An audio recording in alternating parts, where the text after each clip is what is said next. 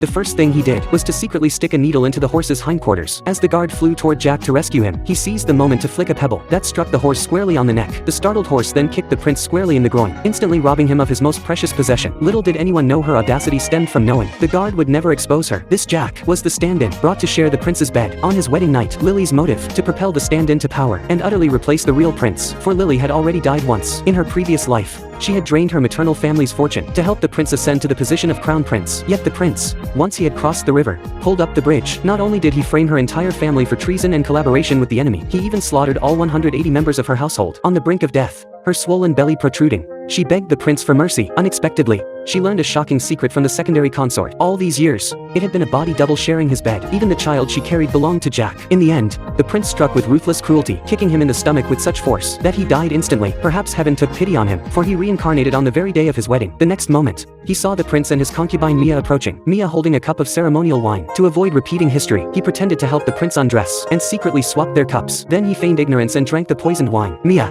satisfied he'd consumed the poison, left the room. Inside, the prince was about to consummate the marriage with Lily when suddenly darkness engulfed him and he collapsed onto the bed. Seeing her chance, Lily drew her hairpin, ready to kill the prince and avenge her family. Yet at the last moment, she hesitated. She noticed scars on the prince's body and guessed he must have used a body double. Those execution-like scars. If he used a double to humiliate Lily, then Lily would make the prince taste the same humiliation of being replaced. She bit her finger, dripping blood onto the wedding veil to fake the bloodstain. The next morning, Lily discovered the prince was no longer last night's body double, yet he still sought revenge through the double. If he only appeared at night, his plan would never succeed. To win the double over to his side, he deliberately brandished the blood-stained handkerchief to provoke the prince. Sure enough, the prince turned pale at the sight. He returned and beat the double, Jack, mercilessly, warning him viciously, even if he discarded this trash, it wasn't for Jack to covet. He didn't know the double had secretly loved Lily for years. The princess had saved the double's life back then, and the scar on Lily's face was from protecting him then. Just then, Lily had told her father about the prince seeking a double. She turned and brought the prince some chicken soup, deliberately mentioning she'd seen the scars on his body last night, urging him to drink more to nourish his body. The prince hastily pulled his collar tight, pushing away the soup and claiming no appetite. After Lily departed, he ordered Jack to discard the broth. Though Jack obeyed, tears welled in his eyes as he handled the bowl. He dipped his finger into the soup to taste it, knowing Lily had prepared it with such care, only for the prince to waste it thus. Unbeknownst to them,